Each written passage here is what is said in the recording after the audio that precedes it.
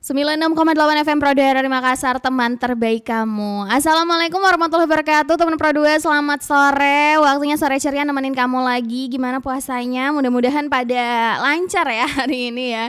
Dan seperti biasa nih teman Pro 2, kalau di sore ceria ya kan kita bakalan ada special program selama Ramadan juga di jam 4 sore ini ya. Ada Tanya Pak Ustadz. Dan hari ini aku juga udah kedatangan Pak Ustadz di studio nih. Assalamualaikum Pak Ustadz. Waalaikumsalam warahmatullahi wabarakatuh.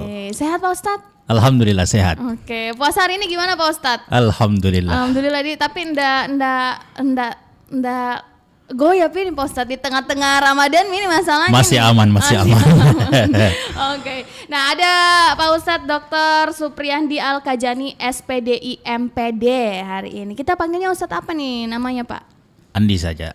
Pak Andi, Ya. Oh Ustadz Andi, oke. Nah Pak Ustadz ini hari ini kita ngobrolin soal Al-Quran yang sebagai kompas hidup dengan menjadikan wahyu sebagai petunjuk jalan ya. Nah, apalagi di bulan puasa ini mungkin ya Pak Ustadz ya, ini kayaknya harus banget buat Gen Z, anak-anak muda tuh tahu Pak Ustadz seperti apa sih sebenarnya Al-Quran. Nah mungkin boleh dikasih pembuka dulu untuk topik kita hari ini Pak Ustadz, silakan. Iya, baik. Bismillahirrahmanirrahim. Assalamualaikum warahmatullahi wabarakatuh. Waalaikumsalam warahmatullahi wabarakatuh. Alhamdulillahirabbil alamin. Sallu wa nusallim ala Rasulillahil Karim. Amma ba'd. Para teman Pro 2 di mana saja Anda berada yang insyaallah dimuliakan dan dirahmati Allah Subhanahu wa taala. Alhamdulillah, tiada kata yang pantas kita ucapkan selain puja dan puji syukur atas Allah Subhanahu wa taala, karena Allah Subhanahu wa taala telah memberikan kita begitu banyak nikmat sehingga pada sore hari ini menjelang berbuka puasa Allah masih berikan kita kesehatan. Alhamdulillah. Mudah-mudahan kita diberikan panjang umur, kekuatan, kesehatan untuk menyelesaikan Ramadan tahun 2026 ini. Amin. Insyaallah. Kemudian salawat dan salam kita haturkan kepada baginda Rasulullah sallallahu alaihi wasallam. Beliau adalah manusia pilihan Allah Subhanahu wa taala yang insyaallah kalau kita mengikuti sunnah-sunnah Nabi kita akan selamat dunia dan akhirat. Ya baik. Adapun tema yang diamanahkan kepada saya yaitu Al-Qur'an sebagai kompas hidup dengan menjadikan wahyu sebagai petunjuk jalan. Betul Pak Ustadz. Kalau saya singkat ini kira-kira begini. Al-Qur'an way of life. Wow. Nah, jalan hidup. Ya. Nah, baik. Gini, saya akan mengawalinya bahwa salah satu dari keutamaan bulan Ramadan itu adalah diturunkannya Al-Quran. Sebagaimana firman Tuhan dikatakan, firman Allah, Syahrul Ramadan alladhi unzila fihi al-Quran hudan linnasi wa bayyinatin minal huda wal furqan. Sesungguhnya di bulan suci Ramadan ini Allah Subhanahu wa taala telah menurunkan Al-Quran sebagai pedoman hidup dan petunjuk buat manusia. Artinya gini, teman sahabat Pro 2 di mana saja Anda berada, kalau seorang nakoda dalam berlayar pastinya membutuhkan namanya kompas. Seorang sopir yang melakukan perjalanan jauh, dia harus membutuhkan peta atau GPS. Nah, pertanyaannya sekarang, kita ini sebagai manusia, pedoman kita di mana? Apalagi umat muslim. Ternyata pedoman kita adalah Al-Quran. Sebagaimana sabda Rasulullah sallallahu alaihi wasallam bersabda, "Taraktu fikum amrayni lan tadillu ba'abada ma in tamassaktum bihi ma kitabal wa sunnata wa rasuli." Kata Nabi, telah aku tinggalkan dua perkara kepada kalian. Apabila kalian berpegang teguh ke dalamnya, kalian tidak akan tersesat selama-lamanya. Apa itu? Al-Quran dan sunnah Rasulullah sallallahu alaihi wasallam. Nah, kita berbicara tentang Al-Quran. Al-Quran ini kurang lebih 1400 tahun yang lalu dia turun untuk bagaimana memperbaiki peradaban kala itu. Kita melihat ketika kita baca sejarahnya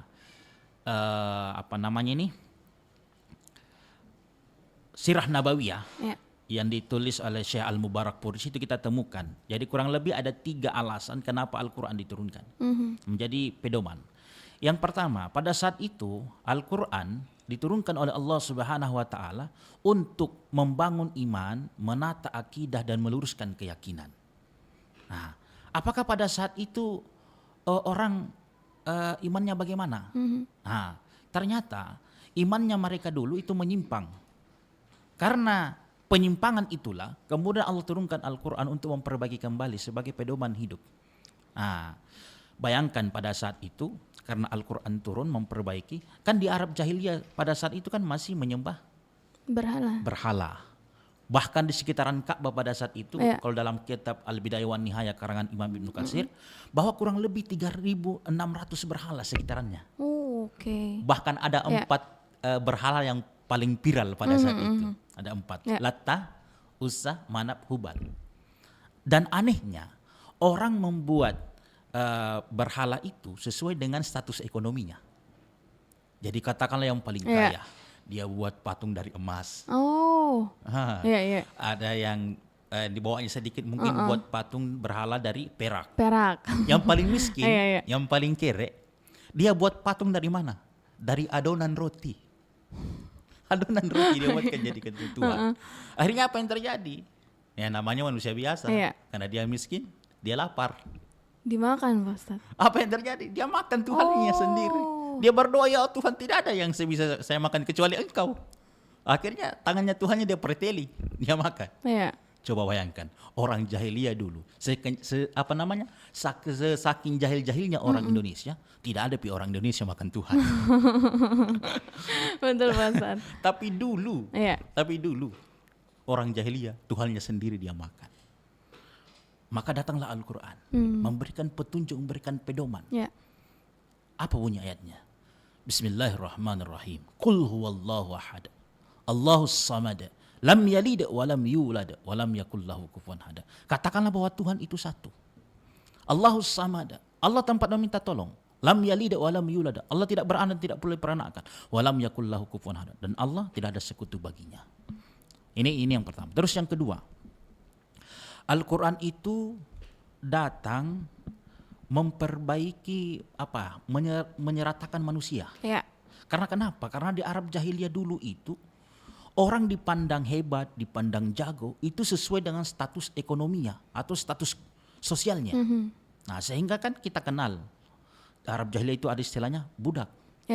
Nah, budak kan pada zaman itu yang kita kenal mungkin namanya Bilal bin Rabah, yang tukang azannya Nabi.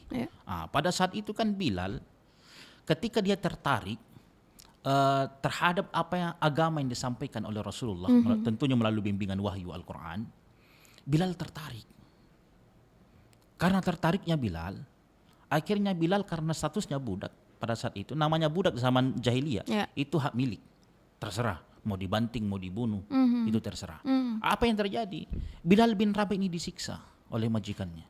Bagaimana cara penyiksaannya? Bilal bin Rabah disuruh buka bajunya, baru tidur di gurun pasir yang sangat panas, dibaringkan, lalu kemudian menghadap ke atas ke langit, di panas teriknya matahari.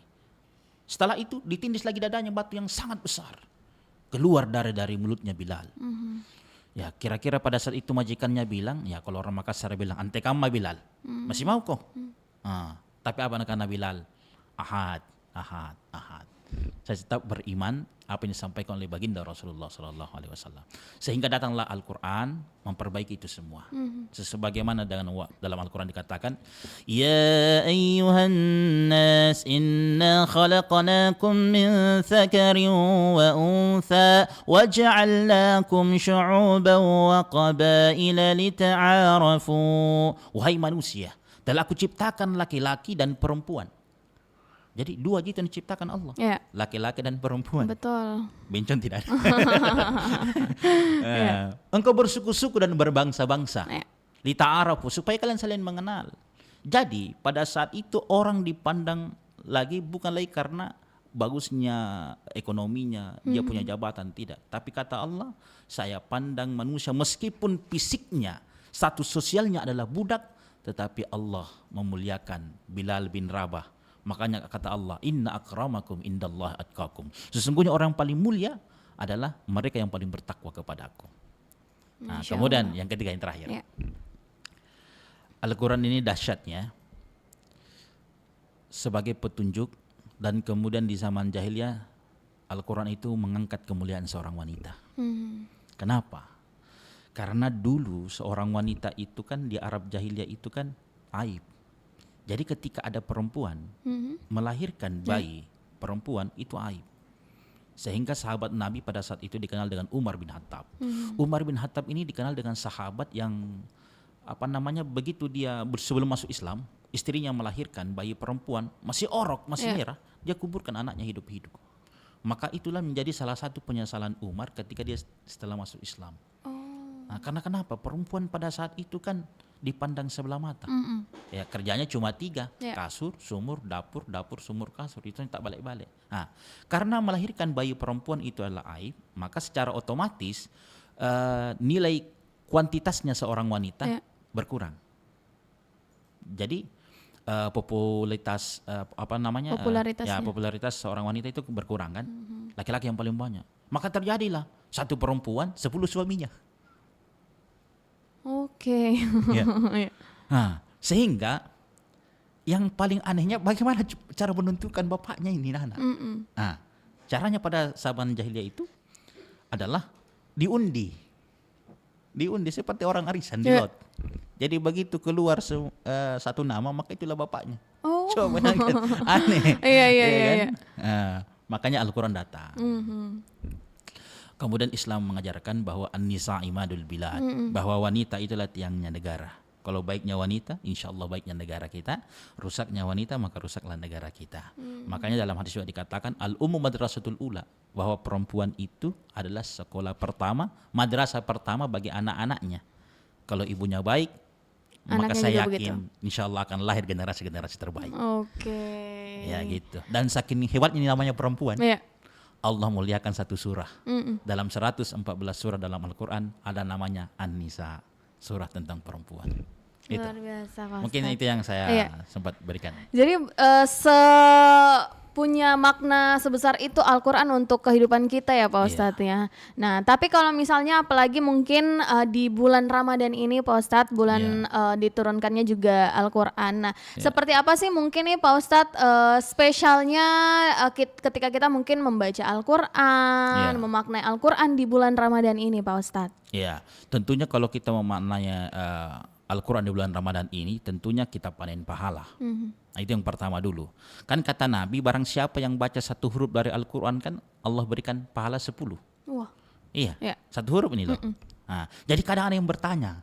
Nabi bilang, Ustaz, bagaimana ini kalau saya membaca Al-Quran tapi dalam keadaan terbata-bata?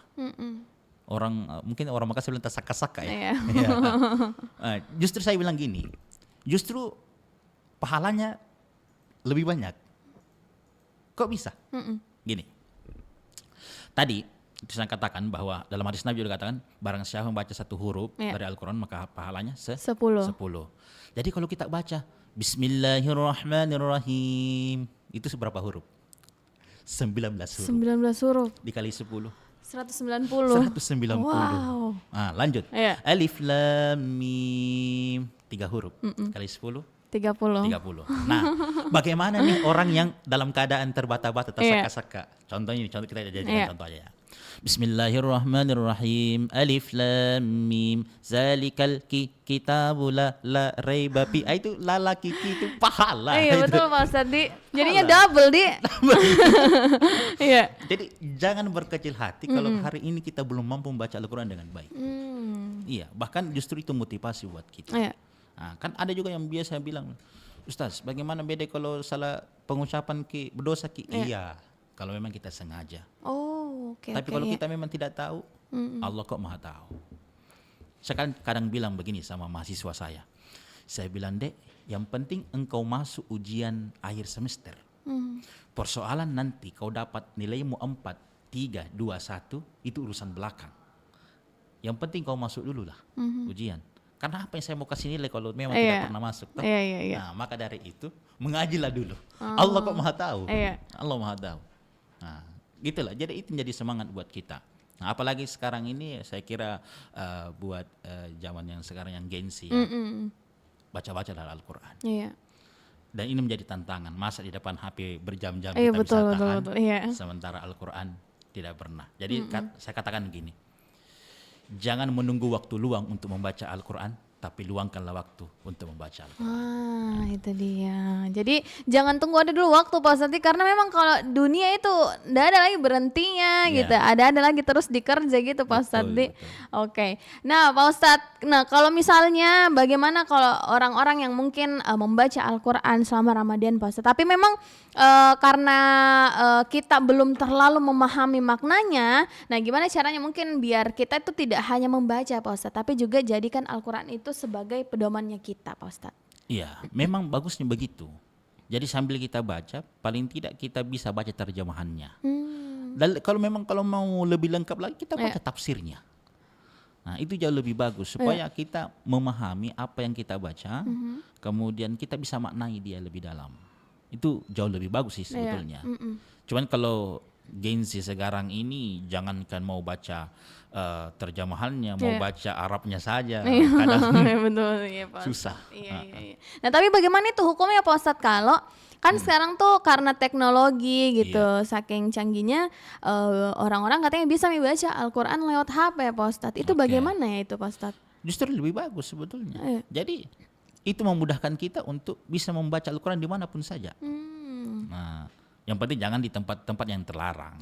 Nah, seperti ya di WC kan tidak mungkin lah kita membaca sana ya.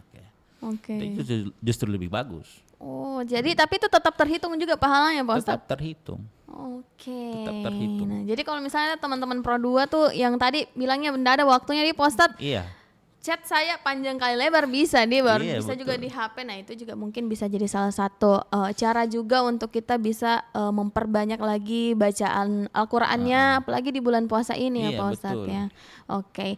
Nah terus Pak Ustadz gimana ini mungkin kalau misalnya ada kita tuh di kehidupan sehari-hari gitu Pak Ustadz, kita dihadapkan mungkin dengan berbagai pilihan dan juga keputusan dari sebuah masalah nih Pak Ustadz. Nah apakah memang Al-Qur'an itu bisa nih Pak Ustadz membantu seseorang yang mungkin lagi kehilangan arah gitu kan untuk kembali lagi ke arahnya yang benar Pak Ustadz? Iya, baik. Saya kira bahwa setiap orang pasti punya masalah, siapapun itu. Tapi kapan kita mengambil resep di luar daripada Al-Quran, maka kita akan bisa kehilangan arah. Jadi gini, apa resepnya Al-Quran ketika kita punya masalah? Ya ayyuhallazina amanu sta'inu bis-sabri was-salah. Wahai orang-orang yang beriman, jadikanlah salat dan sabar sebagai penolongmu. Jadi kalau hari ini kita punya masalah, tidak usah tulis status di WA atau di Facebook. Iya. Karena kenapa? Karena sebetulnya yang lihat status kita itu tidak semua juga orang senang sama kita. Betul Pak Ustadz ya. Ada juga orang yang tidak senang. Ya. Jadi gini. Jadi kalau kita punya masalah, curhatlah kepada Allah. Jangan curhat di media sosial. Nah, malahan kalau kita di media sosial itu bisa menambah masalah. Menambah masalah. Karena ada yang senang mungkin kita dalam keadaan sulit Pak Ustadz. Mungkin kalau kita bilang ya Allah saya begini hidup ke begini. Orang yang tidak senang kita apa dia bilang? Kau rasakan sudah. Ya kan? Betul ya. Tapi kalau kita curhat kepada Allah, maka rahasiamu akan tetap terjaga.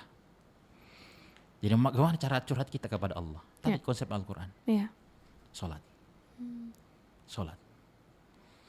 Tapi mengenai sholat ini kan juga biasa ada orang bertanya, Ustadz, saya ini kan sholat tapi pikiranku kemana-mana. Saya bilang begini, lebih bagus pikiran tak kemana-mana sementara sholat daripada kemana-mana tapi tidak pernah sholat. Oh iya betul. Jadi ada masalah, sholatlah dulu. Iya betul. Tenangkan hatimu. Karena kenapa?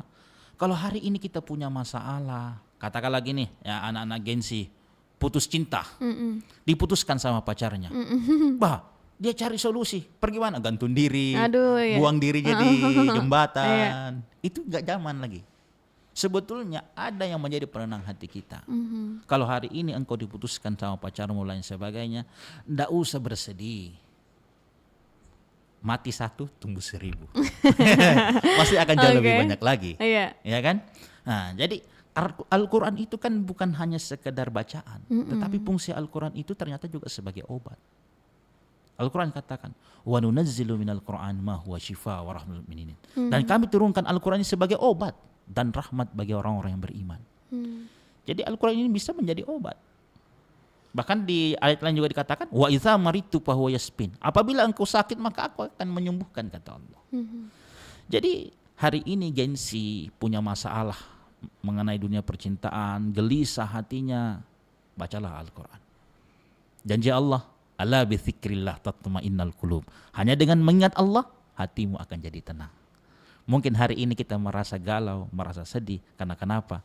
Karena kita jauh kepada sang pemilik. Nah itu dia, mungkin kita terlalu jauh Pak Ustadz ya, harus betul. mendekatkan diri lagi.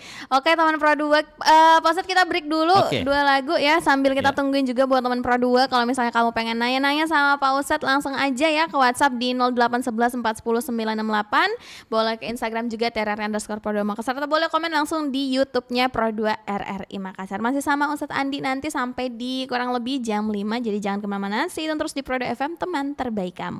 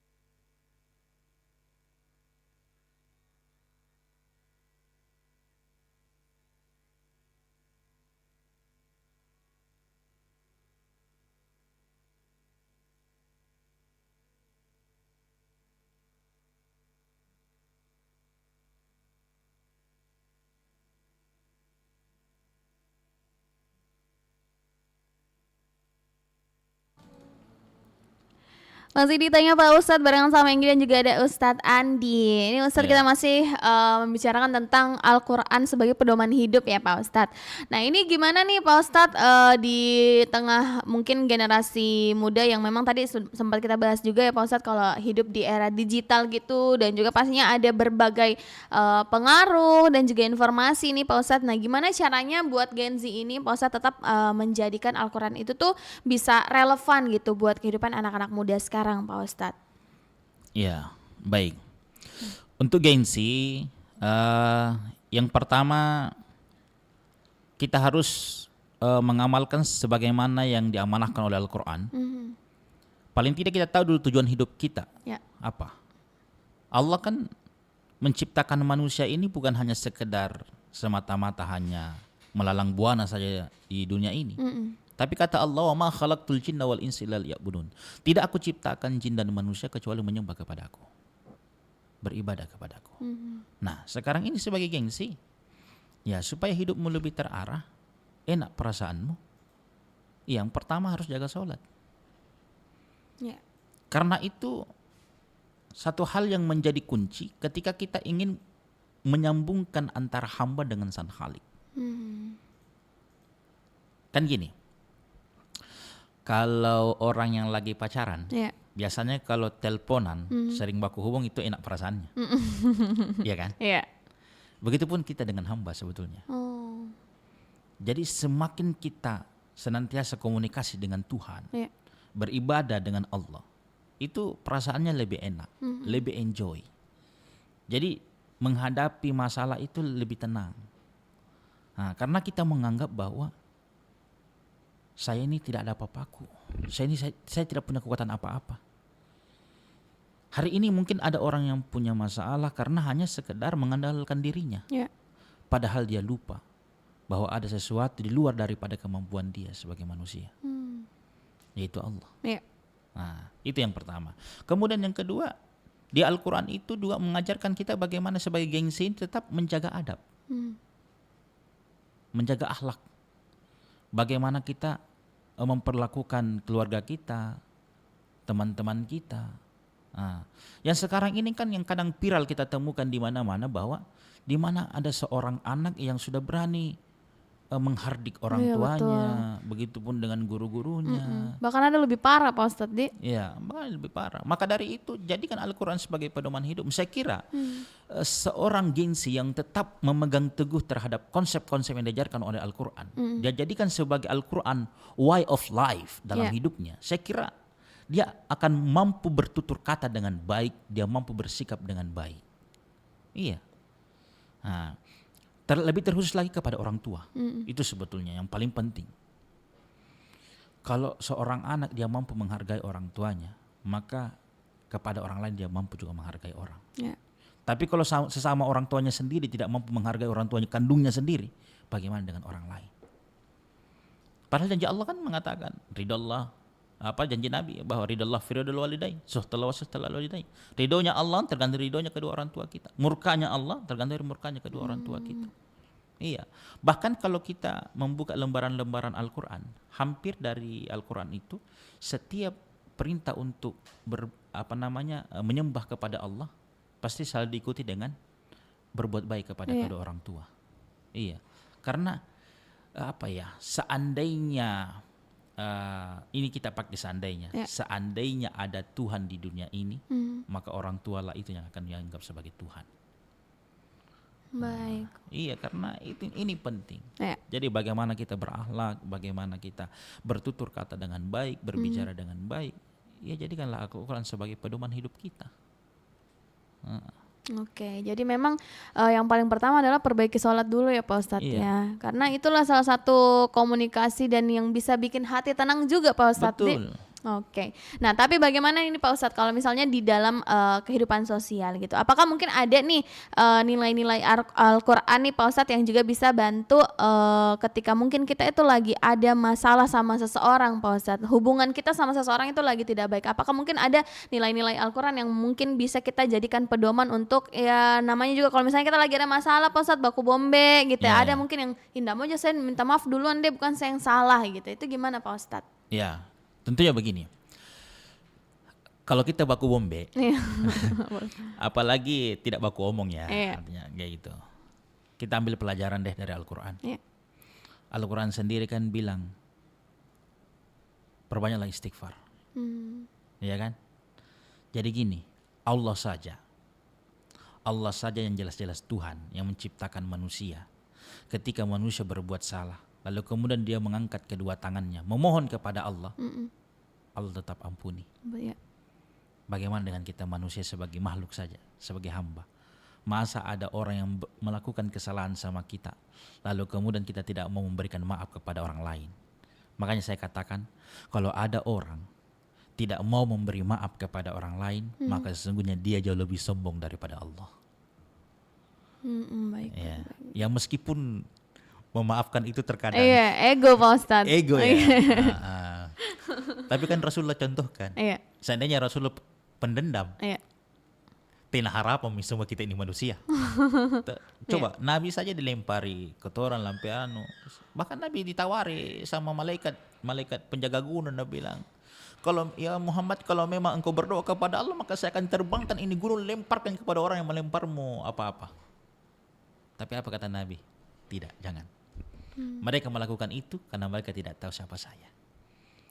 Tentunya kita banyak mengambil pelajaran dari contoh-contoh Rasulullah SAW. Iya. Nah gitu. Ya, baik, oke, itu dia. Mungkin semoga bisa jadi Iya. acuan lah ya Pak Ustadz Betul. ya. Kalau apalagi mungkin di bulan Ramadan bisa Iya. saling memaafkan gitu ya Pak Ustadz ya. Momennya, gunakan Iya. momen ini Iya. untuk di bulan Ramadan itu saling memaafkan. Nah itu dia, Iya. oke. Nah terus gimana ini Pak Ustadz? Ramadan kan jadi salah satu bulan spesial lah ya buat Betul. umat Muslim Pak Ustadz. Iya. Nah di sini kita tuh berlomba-lomba untuk memperbanyak ibadah, berbuat baik. Iya. Nah tapi biasanya Pak Ustadz itu Iya. setelah Ramadan pudar Pak Ustadz, mulai lagi hilang gitu. Nah itu sama juga seperti bacaan Al-Quran Pak Ustadz. Kan kalau di bulan Iya. Ramadan itu orang betul-betul mencoba untuk bisa hatam 30 juz Pak Ustadz. Iya. Nah tapi bagaimana untuk terus menjaga setelah bulan Ramadannya Pak Ustadz? Iya, memang istiqomah itu berat, Iya. memang berat.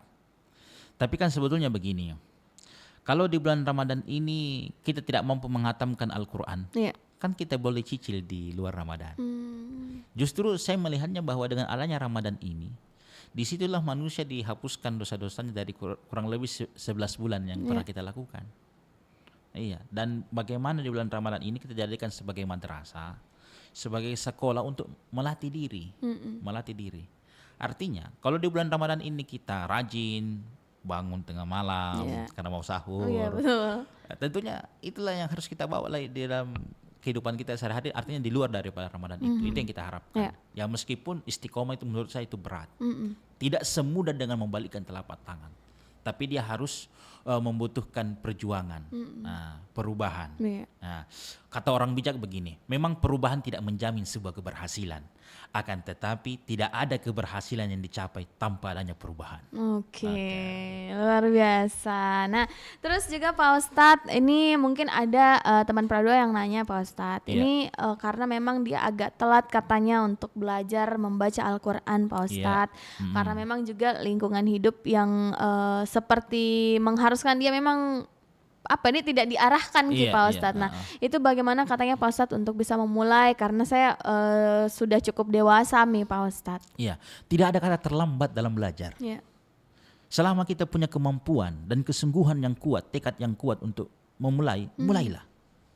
Jangan pada ada kata terlambat. Iya. Makanya bacalah sesuai dengan kemampuan kita. Karena Allah kok maha tahu. Kan istilahnya dalam Al-Quran itu kan ada namanya makharijul huruf. Bagaimana pengucapan sesuai dengan huruf, tata cara keluarnya huruf, ya Iya. kan. Kalau memang kita belum mampu sampai di situ, paling tidak kita pakailah seperti apa yang menurut kita itu sebisa kita. Itu masih jauh lebih bagus daripada memang tidak ada niat untuk membuka. Iya. Jadi bisa belajar sampai kapanpun ini Ustadz. Mau mulai dari umur 20, 30 gitu dia Pak Betul. Ustadz. Kalau dikaitkan dengan ilmu, Iya. dalam hadis dikatakan utlubul ilmi minal mahdi ilal lahdi. Tuntutlah ilmu mulai dari buayan perut ibu sampai engkau kembali ke liang lahat. Oh, Coba. betul. Jadi tidak ada kata terlambat. Jadi kalau memang ada niat untuk belajar, silahkan lakukan dari sekarang. Baik, jadi memang jangan mie malu-malu di Jangan Ustadz. malu-malu. Iya, karena kalau malu-malu ndak ada mie yang berjalan itu. Betul. Dan nanti di akhirat juga Iya. itu malu-malu ndak diterima. Iya, betul. Tidak ada Pokoknya alasan Pak Ustadz. tidak ada alasan. Iya. Karena besok saja tidak ada jaminan kita akan hidup. Betul. Tapi kalau paling tidak kita sudah berniat hari ini, lalu kemudian tidak dilakukan, lalu kemudian kita mati besok, Allah sudah catat satu kebaikan. Niat tadi itu Pak Niat Ustadz itu ya. Bahkan niat pun dicatat gitu Pak Ustadz. Niat dicatat. Makanya itu Allah Maha Rahman. Iya. Saya kadang bilang gini, Allah itu sangat baik sama manusia. Karena kenapa? Manusia ketika dia baru berniat melakukan kebaikan, Allah sudah catat satu. Sudah dilakukan, Allah sudah tambah lagi pahalanya. Iya. Berbeda dengan keburukan. Keburukan, kalau kita baru berniat, Allah belum catat satu. Oh, Belum. iya. Belum. Nanti dilaksanakan baru satu. Jadi ketika dibandingkan dengan kebaikan, kebaikan sudah dua, Iya, kejahatan Kejahatan satu. satu. Oke. baiknya Allah. Masya Allah. Oke, nah mungkin Pak Ustadz terakhir nih Pak Ustadz, karena kita juga sudah hampir di jam 5. Oke. Nah Pak Ustadz ini mungkin apa sih yang ingin Pak Ustadz sampaikan untuk Gen Z ya Pak Ustadz ya, yang Iya. mungkin saat ini masih malas atau mungkin masih agak jauh dari yang namanya Al-Quran sebagai pedoman hidup Pak Ustadz. Ya, baik. Ini closing statement. Iya betul. Ya, baik. Jadi untuk gengsi, artinya kita saling berbagi. Gini, untuk gengsi sekarang, saya pesankan bahwa jadikanlah Al-Quran sebagai way of life, sebagai jalan hidup, pedoman hidup kita. Karena kenapa? Dengan Al-Quran yang kita jadikan sebagai pedoman hidup, hidup kita lebih terarah, hati menjadi tenang, bahkan hati kita akan lebih berkah. Nah, maka dari itu senantiasalah baca Al-Quran. Jangan menunggu waktu luang untuk membaca Al-Quran, tapi luangkanlah waktu untuk membaca Al-Quran. Yakin dan percaya bahwa setiap hurufnya yang insya Allah yang kita baca itu akan bernilai pahala, akan berlipat-lipat ganda di hadapan Allah Subhanahu wa Ta'ala. Dan jangan pernah merasa saya ini belum bisa mampu baca Al-Quran Ustadz. Yang penting baca saja. Allah kok maha tahu. Allah maha mengetahui apa yang kita lakukan. Maka dari itu senantiasalah baca. Maka insya Allah ketika Al-Quran kita jadikan sebagai pedoman hidup, way of life, maka insya Allah kita tidak akan tersesat selama-lamanya. Al-Quran akan membimbing kita lebih terarah dan sampai ke jannahnya Allah Subhanahu wa Ta'ala. Amin, amin, amin, amin. Nah itu dia teman Pro 2. Jadi pokoknya semangat ya Pak Ustadz ya. Apalagi yang mungkin baru mau belajar baca Al-Quran. Jangan patah semangat, jangan malu juga dengan umur. Karena itu tidak ada lagi di akhirat dipakai Pak Ustadz. Tidak. Iya betul, itu dia. Baik Pak Ustadz, terima kasih banyak Ya, waktu baik, tak terima hari kasih. ini. Sudah Ya. meluangkan waktu datang ke sini. Kasih sedikit pencerahan buat teman-teman Pro 2, anak-anak Gen Z ini Pak Ya. Ustadz. Mudah-mudahan ini bisa bermanfaat juga buat kita Amin, semuanya. amin, Pokoknya sehat-sehat kita terus Pak Ustadz. Amin, Semangat amin, di amin. puasanya hari Iya, ini. iya, insya Mudah-mudahan nanti ada waktu lagi bisa main ke Pro 2 Pak Amin, Ustadz. amin, iya. Kalau gitu. Terima kasih juga buat teman Pro 2 yang ada di YouTube. Terima kasih yang sudah mendengarkan juga hari ini. Dan nanti sore ceria masih bareng sama Enggi dan nanti ada Fikar juga. Ya sampai di jam 8 malam nanti. Jangan kemana-mana, stay tune terus di Pro FM, teman terbaik kamu.